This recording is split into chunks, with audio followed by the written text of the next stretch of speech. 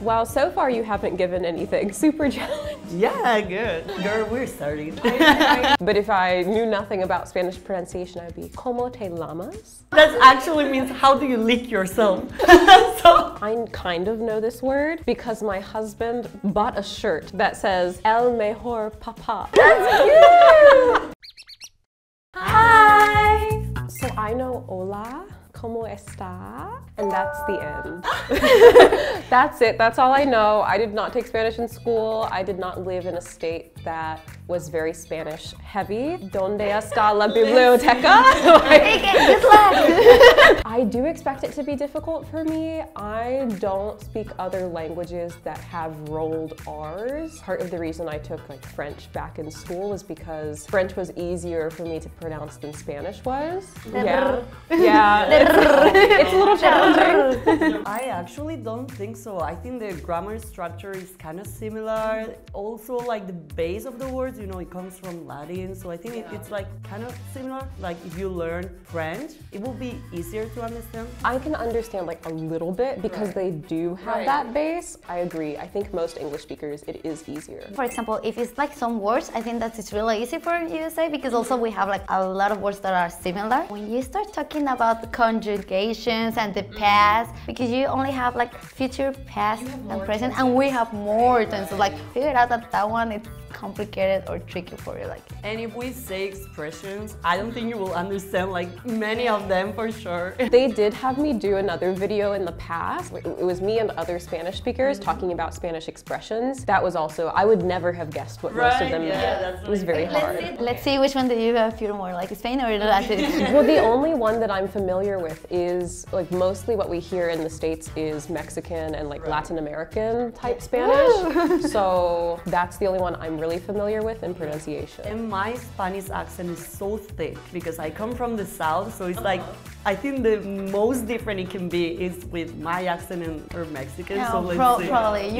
Like in USA, like Mexicans or Latins are everywhere, so probably you hear us in the supermarkets. The first one, it's buenos dias. Buenos dias. Yes. For me, say buenos dias. But actually, if I was speaking in my city, we actually cut off the last S, so it will be like buenos dias. Like this D, I don't pronounce like the buenos dias. Not like that, it's just Buenos dias. oh yeah. Okay, yeah. What does dias actually mean? Day. Yeah. Or for example, in Mexico, if you want something like short, you can say like buenos. Oh really? Like, yeah, just like buenos, like oh, buenos, like have a good day and everything. I never heard that. I think it might be like in French, salut. Oh yeah, it's like the salud. Buenos dias is just good morning. We use it like in the morning, and this you will see like the difference. It depends on the time of the day. I think in French as well, yeah. right. That's the Bonjour, kind of thing. bonsoir, bonjour. And in English, just like good morning, good afternoon, good evening. Yeah. If you notice, buenos dias, it was with O. But when it's like tardes and noches, you change it to an A. Buenas tardes. Buenas tardes. Buenas. Buenas. Okay, yeah, for me in Spanish, same. Buenas tardes. Yeah. Buenas tardes. Yeah, right. And then when do you guys use this one typically? After 12. Like, Yeah. After 12. Or it's like it's 11:59. You have to say like good morning, buenos dias. And at 12 it's like, oh no, tardes. But you know what? For me, until I don't eat, until I don't have lunch, I don't say buenas tardes. Usually in Spain we eat at 2 p.m. So until 2, I don't say buenas tardes. But usually it's true that at 12 you're supposed to say. But I think it's just Spanish culture, and you know, with the siesta and everything, we try to spend everything as much as possible. And us, we correct that. Like, it's 12:1. It's like tardes. Buenas noches. Buenas noches. Ah, so cute! Yeah. For me, same. Buenas noches. I think here the pronunciation is kind of similar. Well, so far you haven't given anything super challenging. Yeah, good. Girl, we're starting. No, I want to ask you about this one, but at the end. Oh boy. I do have a question because I see it on both of your boards here. The upside down question mark. Does that always go onto sentences that are a question Yes. when you're writing Always, it? yeah. So it always comes with one at the beginning and one at the end? Yeah. Yes. Normally, yes. When you're talking with your friend, you can just only put one. One at the end. But it's not correct. Yeah, if you're texting and you get this type of, you know, up and down, you're like, I might text it with my boss or something, just with your friends. You can just take it out. But if it's like formal writing, You do both. I remember back in school, I would even get like down points in exam if I wouldn't use Oh, that. yeah. Right? Yeah. Yes, I got it also back. Okay, it's like, ¿cómo estás? Muy bien, ¿y tú? Dos, tres. ¿Y tú? Yo bien, gracias. I mean, I know that they were asking like, hey, how are you? I don't know what the response with the 2-3 was, but I assume that means like you're just doing like okay. Yes, and I think like some people use it and it's a little bit more of the slang of Mexico in some parts. So I think it was cute like to put like something more Mexican. I never heard that. That's why I was like, that's Mexican. Okay, can you try to pronounce it? ¿Cómo está? Bien, mal, dos, tres. Oh, yes. Then the last one is just like ¿y tú? And you? And then you answer A, B, or C. But then something that is different is that in Mexico, for example, they would use usted.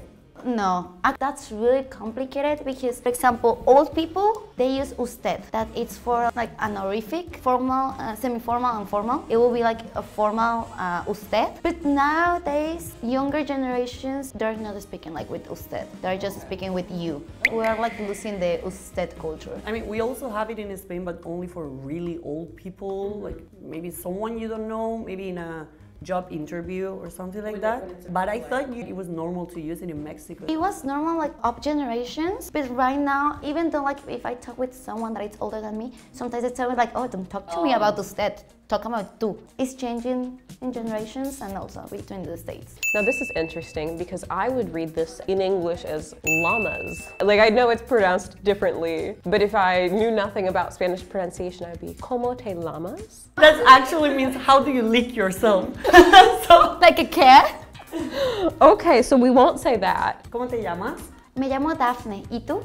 Yo, Lara. So you're asking each other's name. Yeah. Yes. Do you want to try it? ¿Cómo te llamas? Me llamo Haley. ¿Y tú? Oh my god, your pronunciation though, it's kind of good. I appreciate you being so kind. I'm so happy that you're like my accent. Yours is like so much more familiar to me. How did you say gracias? Gracias. I heard the Spanish. Yeah. With the C's, she pronounced it as S, me as C. So for me it's gracias. Next one. You don't use this? Mucho gusto? I think that we don't use it that much. Maybe depends on the city. So it's like Mucho gusto? un placer. And both of us we have igualmente. What does this mean? Nice to meet you. Honestly, I wouldn't say mucho gusto either. I think they use it in some parts too in Spain, but it's usually encantada. Literally it means enchanted, but it's just nice to meet you. Also in Mexico we can say un placer. Like it's been a pleasure to meet you. It will be like the formal one. If you are with friends, you say like hi, how you doing?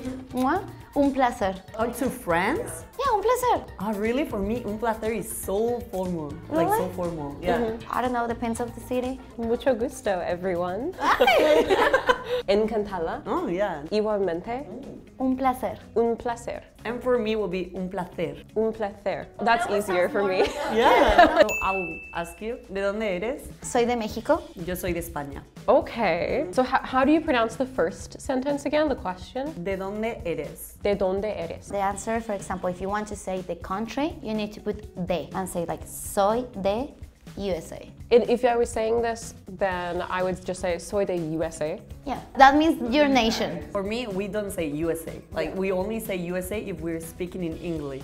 But if we're speaking in Spanish, then we translate it to soy de América or soy de Estados Unidos de América, like long. Well, if in Mexico you say USA, people will understand it. If not, it's Estados Unidos. The United States. Yeah, Estados Unidos also, but to make it shorter, we just say America. I'm from America, like. Very short, easier way to say it. But I think if you say USA to someone in Spain that doesn't speak Spanish, they will not understand. Older generation, there's no way they understand you. Maybe because we're closer to you, so we're like, oh, USA. I do think we, like our countries have a lot more cultural exchange. For example, some words pass to ours, like exactly. So probably that's why we say like, soy de USA. And then if you want to say like as a person, you just say soy americana or estadounidense. It's the word that I was looking. Soy estadounidense. I was like, what was the word? But yeah, you can say americana or estadounidense.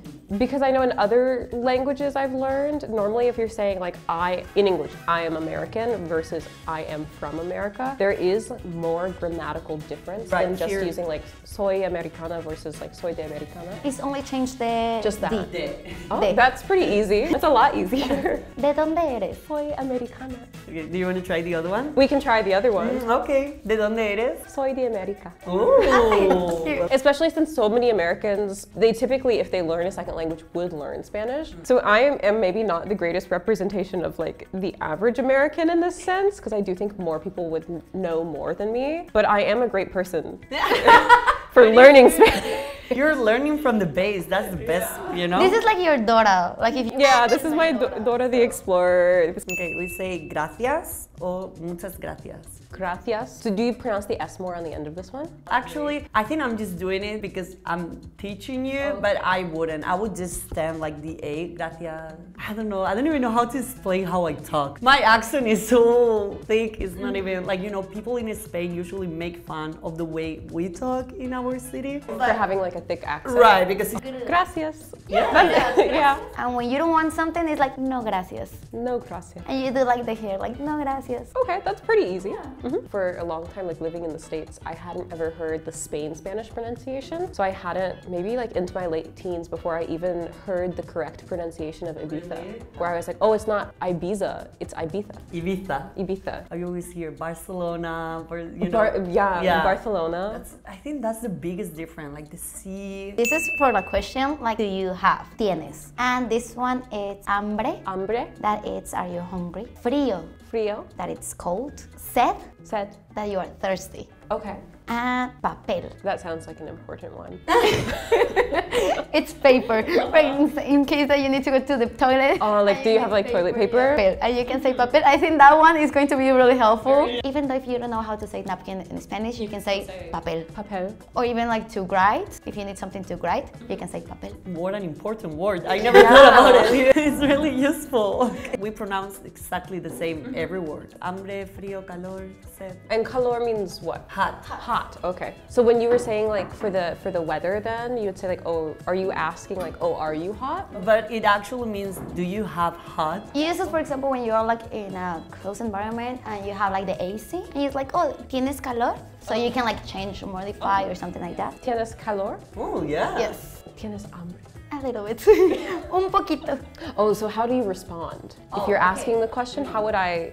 Okay, you can say un poco, a little bit, para nada. Para nada. That means not at all. How would you reply? Okay, ¿tienes papel? No? Or you can put yes, that it will be sí. You can say un poco, maybe are you thirsty? Un poco. Frío o calor? Un poco. O mucho, it means a lot. So if someone was like, ¿tienes frío? And I was just like, mucho. Yeah, that means you're so cold. Mucho frío, mucho frío. And then for replying to the sentences, you can say like, oh, tengo mucho calor. Like you can... The whole phrase. Yeah. Yeah, the What's whole phrase. What if I was saying like, Tengo tengo mucho mucho? frío. Tengo mucho frío. Yeah. Is tengo just declarative conjugation Yeah, of that? first person. Tienes is do you have, like tengo is I have. What if I was saying I do not? No tengo. No tengo. No tengo frío. Okay. ¿Tienes hambre? No tengo hambre. You can see I'm like not speaking with confidence right now. You're doing great, so. Okay, ¿tienes frío? No tengo frío. Oh, well done. ¿Tienes calor?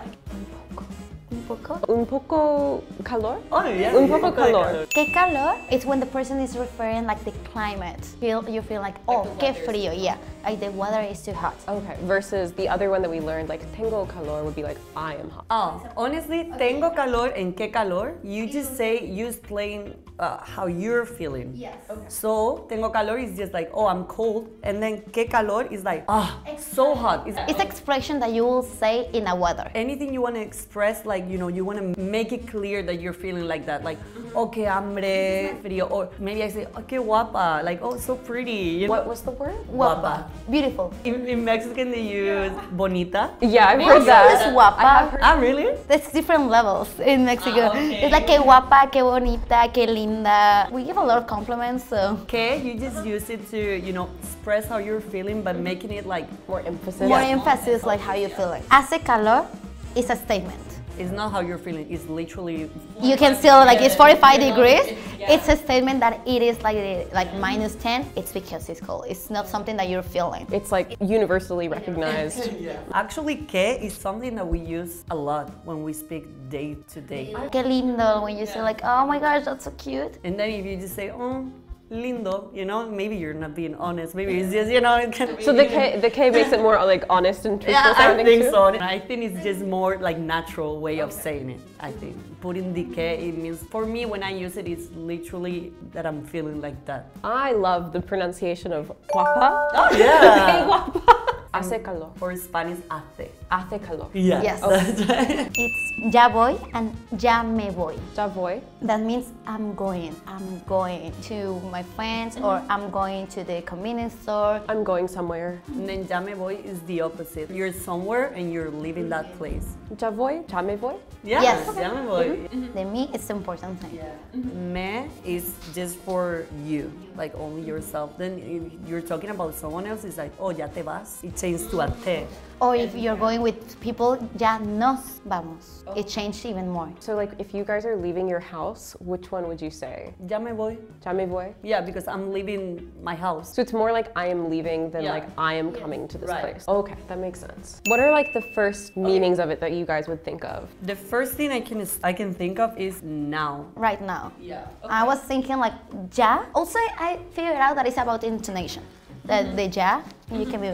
For example, if you're saying like someone is pouring you a drink, a little bit, you say like, can you give me a drink? And you want maybe half of the glass, you say like ya, just enough. Or you can say like ya, like now. Ya voy, for example, we just taught you like ya it means right now, like right away. Enough, ya, that's enough. You could be like stop or that's enough. Right now, when your mom is calling you, it's like ya, like paloma, ya. So it can also be like to stop someone's like behavior. Behavior, like Ya, ya. para ya. That means stop right now. Well, with the moms, it's only like the look and it's like ya, ya, Daphne. You're like that. Ya to finish. For example, you're playing a game. You know when you're playing a game and the time runs. Every time stops, it's like ya, I finished. Obviously, this one like ya can be complemented with another word. Yeah, that's what I was gonna say. Like ya alone, I actually never use it. Do you say it more like ya then, and you say it more like ja? More like a J sound for you? Ja. Yeah, for me, Both it's of you? more like, Sometimes when you said it, it sounded more like ya to me.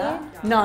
Actually, I think it's ya. we even say like ya, gracias. Oh, that's it, thank you. Oh my god, I would never. So it's a lot more angry I sounding could for never you. say ya gracias. Well, you know, when I say like that, it sounds like kind of, but maybe because here I met a lot of Latin people in my life, so maybe I think I actually gotten used to the way you express yourself. But in Spain, I think no one would say like ya gracias. Like would say, oh, ya está bien. Maybe you know something to make it more nicer, I guess. Now that I'm thinking, we use more ya acabé, or even like to make that tension, like oh, I finished. Also, we combine it like with many words. I think the most is what I said, like giving a verb and then yeah. You take that verb, do it right now, or then just like, oh, that's it. Me, actually, I don't use apúrate. I don't think it's an Spanish thing. I know the meaning, but we don't use it like that. We say date prisa. That means hurry up. And then más rápido is like quicker. Oh, like can you do it faster? I don't think that we use it date prisa. Like we don't use it that much. We use apúrale. Actually, it's apúrate, but most of the people I hear that it's like, I don't know if it's correct or it's not, but I hear a lot of people saying apúrale instead of the T. They like cut the T and they say apúrale. Apúrenle. Like even in the school, I think that I hear it like more apúrale than más rápido. For me, it's complicated to see like a difference between when you're in a car, más rápido, it means like put more velocity. But also when you're like apúrale, your dad is like pushing the. For me, it's the same, and I don't see like a difference. Maybe I don't know if it's my family or it's Mexico.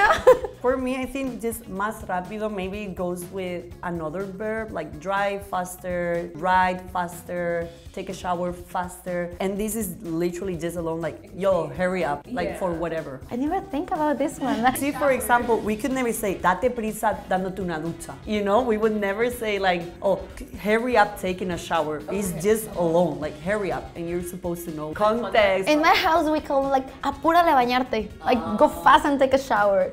Sure, let's try pronunciation. Más rápido. Más rápido. Date prisa. Date prisa. Let's see which one is easier for you. Apúrate Apúrate. or apúrale. Apúrale. Apúrale sounds easier. Yeah. It almost feels though like if I was saying it quick, it's kind of like a tongue twister. Apúrale, apúrale. Like I couldn't like say that quickly like many times, you know? Apúrale, apúrale, apúrale. Like I don't think I could do that. Literally the word sounds like you're quick, like you're in a hurry, like. I kind of know this word because my husband bought a shirt that says El Mejor Papa. That's cute! I have seen it. I don't actually know what it means. Like it's a shirt that has like dogs on it too, so like that confused me. Papa's like dad, right? Yeah.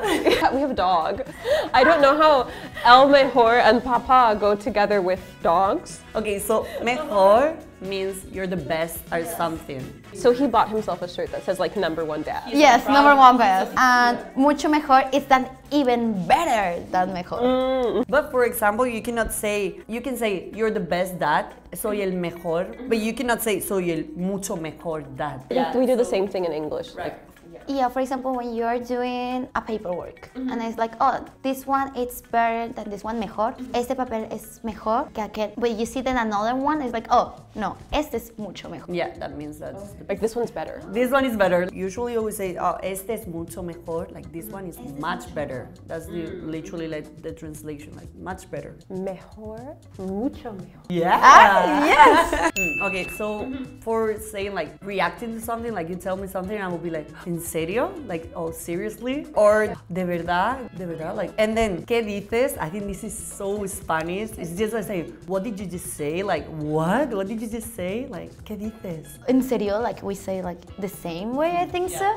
But I think this one is really a stereotype from Mexico and we can hear it at a lot of TV shows. So I wanted to put it neta. Neta? Like, are you talking seriously? But this one is like for people that it's like fresa, like too fancy, like they want like... Is that more like slang or It's does more that like come from slang. another word? Is it like on a dictionary? Neta? I think that it's in the dictionary, I'm not sure. I love neta, by the way. It sounds so good, like, la neta? A really stereotype from Mexico, saying this word. So, no entiendo just means like, oh, I don't understand. I also put the phrase ni idea. Like, Ni idea. Ni idea, like no idea. Like, what are you talking about? Ni idea. But then for no entiendo, is just really general. So then you can say no te entiendo. Like I don't understand you. You. And then no lo entiendo is like I don't understand it. Whatever you're talking about, whatever it is, like lo. Yeah, ni idea, for example, even though you're talking about the topic and you don't want to say it, like ni idea. Remember in the beginning we said tengo? You can say no tengo ni idea. That means like I have no idea. I mean, it's similar to like what we would say in English then. Okay, can you try? No entiendo,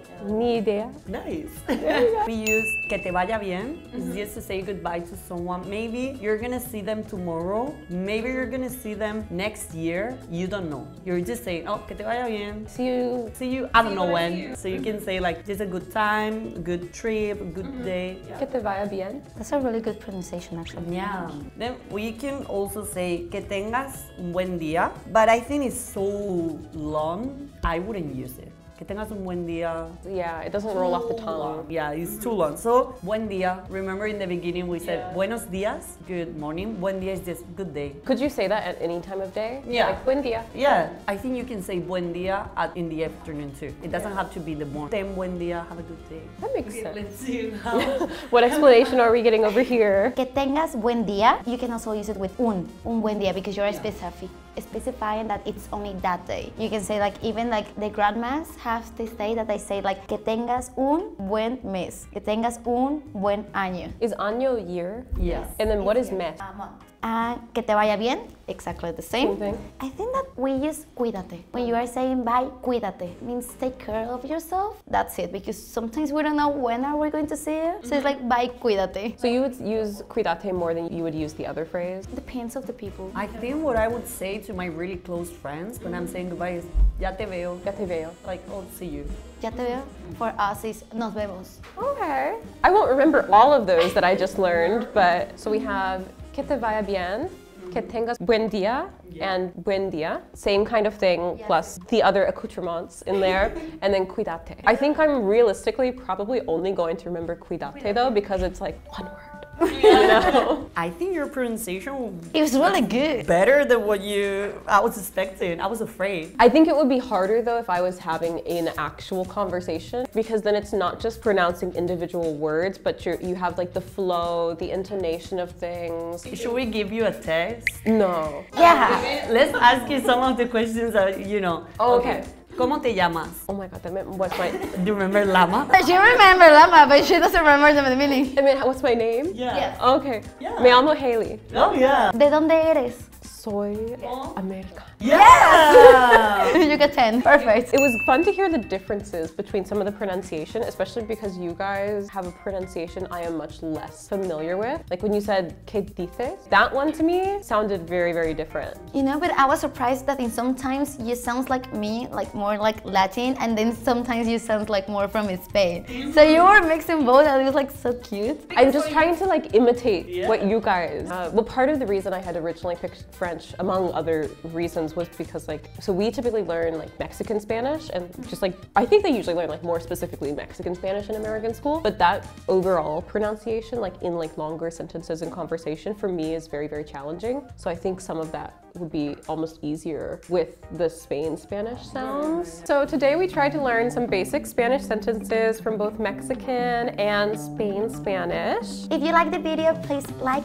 comment, and subscribe. See you next time. Bye!